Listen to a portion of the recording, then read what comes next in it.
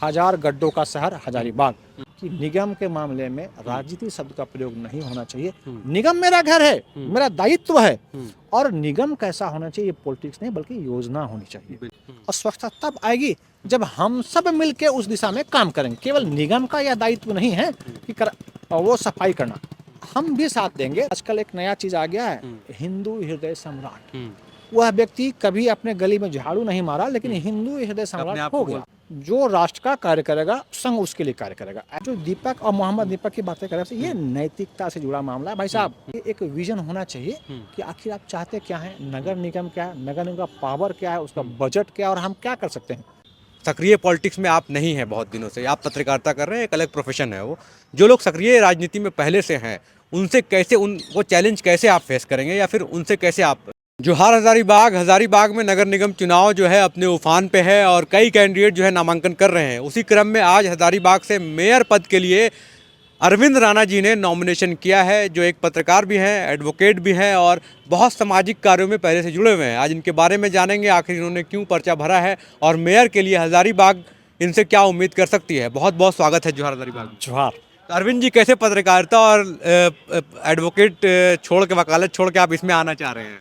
देखिए, आप एक गंभीर विषय कर रहे हैं, और हम पहले भी कहते रहे हैं कि देश हमें देता है सब कुछ, हम भी तो कुछ देना सीखें। ये गीत संघ की शाखा में होती है, और मैं बाल्यकाल का स्वयंसेवक हूँ। तो संघ की शाखा में हम लोग जब कभी जाते हैं तो वहाँ पर क्या है कि 1 घंटे के दौरान आपको योग, लाठी, पद विन्यास, गीत, बौद्धिक और फिर समाज में क्या विषय चल रहा है उसकी चर्चा होती है। क्योंकि मैं बाल्यकाल का स्वयंसेवक हूँ, तो शाखा में मुझे इसका प्रशिक्षण मिला है कि जब समाज का दिशा गड़बड़ हो जाए, कोई व्यवस्था गड़बड़ हो जाए, तो एक स्वयंसेवक को यह प्रतीक्षा नहीं करनी चाहिए कि कोई आएगा और ठीक करेगा। बिल्कुल। हमारे यहाँ होता है प्रशिक्षण कि नहीं, आपको लगता है कि ये व्यवस्था गड़बड़ हो रही है, तो कोई भी हो, उसका धर्म जाति से कोई संबंध नहीं होता, स्वयंसेवक वहाँ जाएगा और हम उसको ठीक करेंगे। ऐसे कई एग्जाम्पल्स देश में आप देखे होंगे कि केरल में भी कि जब वहाँ बाढ़ आई तो संघ के संसदों ने किसी का आदेश का इंतजार नहीं किया, वो मस्जिद में गए, मंदिर में गए और वहाँ से सफाई किए, ठीक किए, और संघ की स्वीकारता पूरे देश में आज इसी काम से है। तो आपने मुझे ये प्रश्न किया कि आप कैसे जुट गए, तो हम 2 बातें, एक तो मैं संघ का स्वयंसेवक हूँ, दूसरा क्या है कि हमारा सपना था, लोग बड़े होते हैं तो उधर नौकरी करेंगे, सेना में जाएंगे, मेरा सपना था कि मैं पत्रकार बनूं और पत्रकार बनकर उन चीज़ों को तीसरी आंख से देखूं और फिर समाज और सरकार को उससे अवगत कराऊं। तो इन विषयों को लेके हम एक पत्रकार बने। अब मुझे लगा कि नहीं, एक पत्रकार तो हम हैं, लेकिन एक जागरूक नागरिक तभी हम बन पाएंगे जब अपने हम विधि सिस्टम को समझेंगे। तो मैं भी पत्रकारिता करता हूँ राष्ट्र समाज के लिए, और हम वकालत भी जब शुरू किए तो मेरा उद्देश्य भी था कि वैसे लोगों को निःशुल्क कानूनी सहायता देना जो दबे कुचले हैं, जिनका कोई नहीं है। अगर हजारीबाग की बात करें तो सबसे बड़ी समस्या क्या है? क्योंकि हम लोग लगातार वार्ड में जा रहे हैं तो अभी भी प्रॉब्लम बहुत ज़्यादा है। मेयर चुनाव बहुत दिन के बाद हो रहा है, नगर निगम लगभग 3 साल के बाद हो रहा है। आपकी प्रमुख जो समस्या है उसको कैसे समाधान करेंगे और क्या लेके जाएंगे पब्लिक? देखिए भाई साहब, संघ की शाखा के माध्यम से हम शहर के विभिन्न गाँव में, मोहल्लों में जाते हैं, और जब हम लोग बैठते हैं शाखा में तो चर्चा होता है कि वहाँ ये फलना समस्या है। फिर हम चूंकि पत्रकारिता की हैं और 2012 से तो हम कंटिन्यू शहर में ही पत्रकारिता कर रहे हैं, प्रत्यक्ष रूप से कर रहे हैं, तो पत्रकारिता के दौरान फिर ऐसे कई समस्याएं आई। और मुझे याद है कि 2012-13 मैंने खबर लिखी थी, हजार गड्ढों का शहर हजारीबाग, और यह खबर बहुत हिट हुई थी। उस समय हमारे शहर के जो विधायक प्रदीप प्रसाद थे वो निर्दलीय प्रत्याशी थे, लेकिन उन्होंने इसके लिए काम किया था और शहर की सड़कों का गड्ढा भरा गया था। ये 14 की बातें हैं। तो हम तो प्रत्यक्ष रूप से देखते हैं कि भाई कहाँ समस्या है और कैसे ठीक करना है। तो हमने पहले कहा कि एक विजन होना चाहिए कि आखिर आप चाहते क्या हैं, नगर निगम क्या है, नगर निगम का पावर क्या है, उसका बजट क्या है, और हम क्या कर सकते हैं। कभी कभी देखने को मिलता है कि होता क्या है कि लोग नगर निगम की हम बात कर रहे हैं और हम बात शुरू करते हैं रेलवे का, हम बात शुरू करते हैं कि बिजली वहाँ से ले आएंगे। तो नहीं, नगर निगम की अपनी एक सीमा होती है, एक परिधि होती है, और जो नगर निगम की सीमा, परिधि और लायबिलिटी समझेगा वह निगम का विकास भी समझेगा। अब आपने कहा कि वो कौन सी प्राथमिकता होगी जिससे नगर निगम को बेहतर होगा। भाई साहब, आप जरा निगम का एक ध्यान दीजिएगा कि निगम कहाँ से कहाँ तक है। तो हम मंडई कला इधर शुरू करते हैं वार्ड नंबर 1 से, और 36 जो हम शुरू करते हैं वो होता है हमारा मासीपीढ़ी में, मंडई कला से मासीपीढ़ी। अब फिर हम इधर अंसार नगर के जाते हैं पिलावल की, तो अंसार नगर से शुरू होता है हमारा वार्ड 4 उसको शायद बोलते हैं, और उस 4 से फिर हम लोग चले जाएंगे इधर 22-23 हमारा जबरा लाखे पड़ता। तो अब जब जबरा लाखे हम पहुंच गए तो अब फिर एक बार ध्यान देना होगा कि सिरसी जब हम जाएंगे, यूनिवर्सिटी के पीछे महेंद्र कॉलोनी है सिरसी, सिरसी से हमारा जो निगम शुरू होता है वो चला जाता है हमारा शंकरपुर, दामोडी, सिरसी, कूद तक। तो ये जो आपको देखना होगा, तो हर एक मेयर प्रत्याशी को, मैं ये नहीं कहता, हर व्यक्ति को ये, चूंकि मेयर का प्रत्याशी है तो उसको इस बात का ध्यान होना चाहिए कि हमारे बिंदु क्या होने चाहिए। हमारा बिंदु ऐसा होना चाहिए जो कूद में भी शिफ्ट करे और मंडई कला में भी शिफ्ट करे, सिरसी में भी करे और अंसार नगर में करे। तो अब हम जब सर्च करेंगे, बातें करेंगे, तो आपको समझ में आएगा कि 2-3 चीजें हैं जो बहुत जरूरी है। अब वो 2-3 चीजें क्या है, तो भाई हमारा शहर का गौरव क्या है, शहर का स्वच्छता, और स्वच्छता तब आएगी जब हम सब मिलके उस दिशा में काम करेंगे। केवल निगम का यह दायित्व नहीं है कि वो सफाई करना, हम भी साथ देंगे तो स्वच्छता। अब हम फिर जब बात करेंगे सड़क, पार्किंग और यातायात की गंभीर समस्या है। और अभी जिला शासन ने एक अच्छी व्यवस्था की थी कि होमगार्ड, करीब 150 होमगार्ड के जवानों को विभिन्न चौक चौराहे पे लगाया गया है ताकि थोड़ा ठीक हो। तो इस विषय पर भी हम आज से नहीं, हम करीब 10 वर्षों से इस विषय पर मंथन कर रहे हैं कि अगर कोई विकल्प हो। समस्या भाई साहब हर कोई गिना सकता है, ये समस्या वो, लेकिन विकल्प पर कितने बात करते हैं। तो हमने पहला बोला भाई हमारा बिंदु क्या होगा, तो सड़क। दूसरा बिंदु हम बात करते हैं जो एक महत्वपूर्ण बिंदु है और सभी को इस पर बात करनी चाहिए, और मुझे अच्छा लग रहा है कि आप मुझसे ये बातें कह रहे हैं। तो अरविंद जी, एक सवाल है, वैसे तो ये चुनाव राजनीतिक पार्टियां नहीं लड़ रही हैं, लेकिन दलगत नहीं हो रहा है, लेकिन कई ऐसे कैंडिडेट हैं जो मेयर पद के लिए जो पहले से किसी न किसी राजनीतिक पार्टियों से जुड़े हुए हैं, उनका अनुभव भी है। आप राजनीति में जो आप कह सकते हैं, एक होता है कि एक पॉलिटिक्स होता है जो सक्रिय होता है, सक्रिय पॉलिटिक्स में आप नहीं हैं बहुत दिनों से, आप पत्रकारिता कर रहे हैं, एक अलग प्रोफेशन है वो।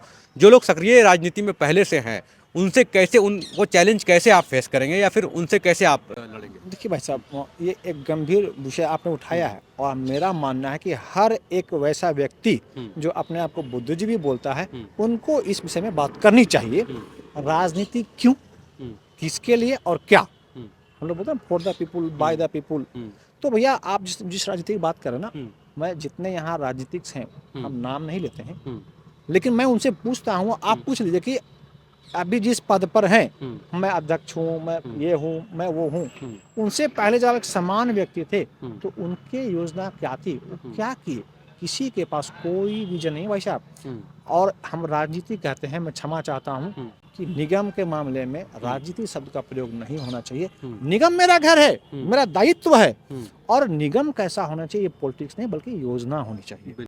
एक चीज़ और है, आप आरएसएस बैकग्राउंड से आते हैं, हम लोग हर चुनाव में देखते आ रहे हैं कि आरएसएस जो है एक पार्टी है, जैसे भाजपा हो गई या फिर उनके विचारधारा की पार्टी है, उनको सपोर्ट करती है। तो क्या कभी ऐसा होगा कि जो भाजपा अगर कोई समर्थित कैंडिडेट यहाँ पे उतरता है, भाजपा जिसको सपोर्ट करती है, वो चैलेंज कैसे फेस करेंगे, कैसे लोगों तक भरोसा दिलाएंगे कि भाई जो कैंडिडेट है आरएसएस जो है उसको सपोर्ट कर रही है कि आपको सपोर्ट कर रही है, ये दुविधा कैसे खत्म होगी? नहीं, एक लाइन में दुविधा खत्म होती है कि मैं आपके माध्यम से स्पष्ट करना चाहता हूँ कि संघ कोई कार्य नहीं करता, कोई प्रचार नहीं करता, कोई पॉलिटिक्स नहीं करता, ये सबको मानना चाहिए। नहीं, लेकिन चुनाव में तो हम लोग देखते हैं ना, भाजपा को समर्थित रहती है, वोटिंग भी भाजपा को ही करती है, वो किसी कांग्रेस को या फिर जेएमएम को तो नहीं करती। नहीं, थोड़ा सा सबको इस विषय पर स्पष्ट होना चाहिए। जो राष्ट्र का कार्य करेगा, जो राष्ट्र का कार्य करेगा, संघ उसके लिए कार्य करेगा। ऐसे कई उदाहरण देश में हैं कि संघ ने एक अच्छे उम्मीदवार को कहा कि नहीं भाई हम आपके लिए काम नहीं करेंगे, हम आपके लिए मतदाता जागरूकता अभियान चलाएंगे। लोग कहते हैं ना कि संघ काम करते, नहीं भाई,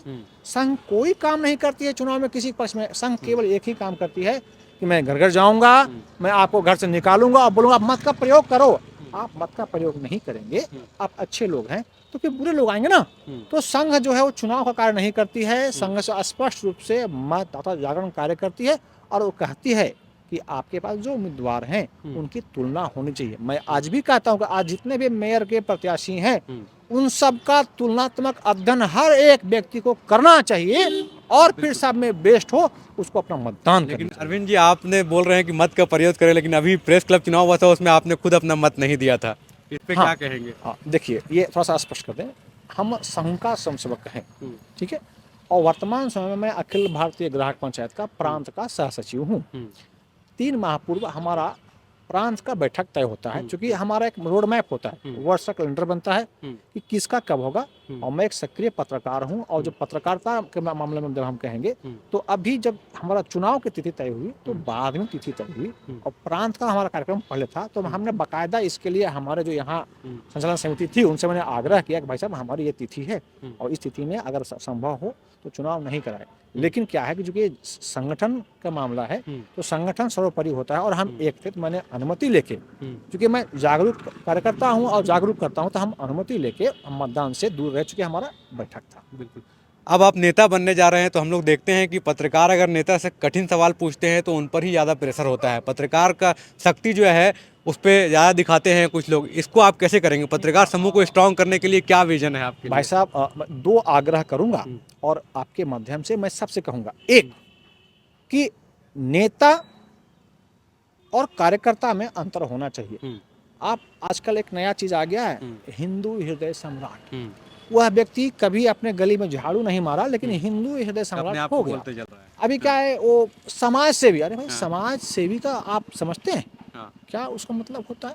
तो ऐसे आप जब बोल रहे हैं तो मैं देखिए भाई साहब, मेरा एक समान सा परिचय है कि छोटे छोटे कार्यों से लोग मुझे जानते हैं कि कोई अरविंद राणा है, और हम मेरे जीवन के लिए एक अपॉर्चुनिटी है। मैं बताता हूँ आपको भाई साहब क्यों। हम हमेशा से फोटो से दूर भागा हूँ, ताकि लोग ये ना कहे कि राणा नाम के लिए काम करता हो। आज हमारे साथ जो आप भीड़ देखें, आज जो टोली है, मैं दावे के साथ कहता हूँ कि ये पहली टोली है जो स्वयं के तेल लगा के, स्वयं के खर्च से, स्वयं से चाय पी के आई, हमारे साथ खड़ी हुई और स्वतः चली गई। ये कोई बुलाया हुआ भीड़ नहीं था। हमने एक अपील किया था, आपको बताऊं, एक गौर करेंगे, हमने कल एक अपील भी किया था। हम वीडियो अपील किए थे कि मेरा 3 फरवरी को नामांकन है और 3 फरवरी से 10वीं और 12वीं की परीक्षा होने वाली है। तो हम अगर जुलूस लेके शहर में निकलेंगे, भ्रमण करेंगे, तो कैसे अव्यवस्था होगी ना। मैं मेयर का प्रत्याशी हूँ और मैं घोषणा कर रहा हूँ कि शहर ठीक करूंगा, और शहर को हम ही कर रहे हैं अव्यवस्थित। तो मैंने अपने कार्यक्रम को टाल दिया, और जो एक निश्चित राजमार्ग हमारा है, हम उसी मार्ग का इस्तेमाल किए। ये हर व्यक्ति का प्रयास होना चाहिए कि अगर हम मेयर का प्रत्याशी हैं तो मेरा सोच भी मेयर की तरह होना चाहिए। और मैं आपको एक लाइन एक्स्ट्रा कह दूं भाई साहब कि मैं अगर प्रत्याशी बना हूं, एक पत्रकार हूं, एक अधिवक्ता हूं, मैं 2-3 चीजें और आप छोड़ दिए शायद, मैं गौशाला का कार्यकारिणी मेंबर भी हूं। यहाँ ही नहीं, मैं आर्य समाज का सदस्य हूँ, जिला शतरंज संघ का मैं कार्यकारिणी सदस्य हूँ। और इसके अलावा आप जहाँ कहीं भी आप देखेंगे, जैसे भारत माता चौक हमारा हो गया, मेरे मन में आया कि नहीं भाई एक लोगों का भावना होना चाहिए, तो मैंने एक भारत माता चौक बनाया। और भाई भारत माँ सबके लिए है, एक प्रेरणा स्थल वो बनते जा रहा है। तो ऐसे छोटे छोटे कार्य के माध्यम से हम प्रयास करते हैं कि समाज को ये बताएं कि ये काम करने वाला अरविंद नहीं है, विजय है, संजय है, रंजय है, और हमारी टोली इसी से काम करती है। मैं आपको एक और छोटा सा एग्जांपल बताते हैं कि कैसे एक टोली बेहतर हो सकती है। आपको ध्यान में होगा भाई साहब, 2012 में हमने एक छठ समिति बनाई हिंदू स्कूल में, और उसका उद्देश्य था कि समान दिनों में जब सेव वगैरह जो 100 रुपये किलो होता है, जब हमारा त्यौहार आता है, जब बड़ी मात्रा में उसकी आवश्यकता होती है तो महंगा हो जाता है। ये इकोनॉमिक्स का नियम भी है कि जब मांग बढ़ेगी तो दाम बढ़ेगा, मांग कम होगी दाम गिरेगा। तो हमारी समिति ने एक प्रयास किया कि हम क्यों नहीं एक समिति बना के एक लागत मूल्य पर फल लाए, जिससे बाजार में बेवजह का जो लोग कालाबाजारी करते हैं उस पर रोक लगे। और मुझे कहते हुए बड़ा गर्व हो रहा भाई साहब, 1,38,000 से हमने हिंदू स्कूल में से शुरुआत की थी। 2025 में केवल हिंदू स्कूल में 60 लाख रुपए का फल लाए। अब इसमें एक और, ये देखिए कैसे हो काम होता है, टीम काम करती है भाई साहब। हम तो चले हिंदू स्कूल से शुरू किए, आज कटकमदा, कटकमसांडी, करेडारी, विष्णुगढ़, दारू में हमारी समिति काम करती है। और इसमें एक अच्छी बात जो पूरे समाज के लिए है करनी चाहिए, अच्छी बात यह है कि पूरा आयोजन समाज से पैसा मांग के होता है। हम छठ से 15 दिन पहले उनके पास जाते हैं, आग्रह करते हैं कि सर हमें कार्यक्रम है, आप मुझे कुछ पैसे दीजिए। प्रारंभ के दिनों में लोग गड़बड़ाए कि भाई पैसे देंगे भाग जाएगा, लेकिन ये जब उनका विश्वास जमा भाई साहब, तो हम स्थिति हमारी ये होती है कि हम पैसा लेना बंद कर देते हैं कि ऐसा ना करें, क्योंकि पैसा हमारे पास आ गया। तो एक छोटा सा प्रयास जो है वो। एक और बस गंभीर सवाल अभी चल रहा था, नेशनल मुद्दा भी, कि एक व्यक्ति है दीपक नाम का, वो मोहम्मद दीपक अपने नाम ऊपर लगा लिया, तो कुछ हिंदू संगठन के लोग जाते हैं और उसको बोलते हैं तुम ये गलत कर रहे हो। तो जो आप मेयर बन रहे हैं, तो इस समाज में सभी तरह के लोग रहते हैं, हिंदू, मुस्लिम, सिख, ईसाई सब रहते हैं। तो आप उस समाज को कैसे देखते हैं, जो दबा कुचला है उसको कैसे देख रहे हैं, कैसे उन पे आप काम करेंगे, या फिर आपका विजन इनको लेके क्या है आपकी सोच? देखिए भाई साहब, अभी क्या है ना, हमारे यहाँ दो तरह के गरीब हैं। हम्म, एक गरीब वो है जिनके हाथ पैर नहीं है, वो गरीब।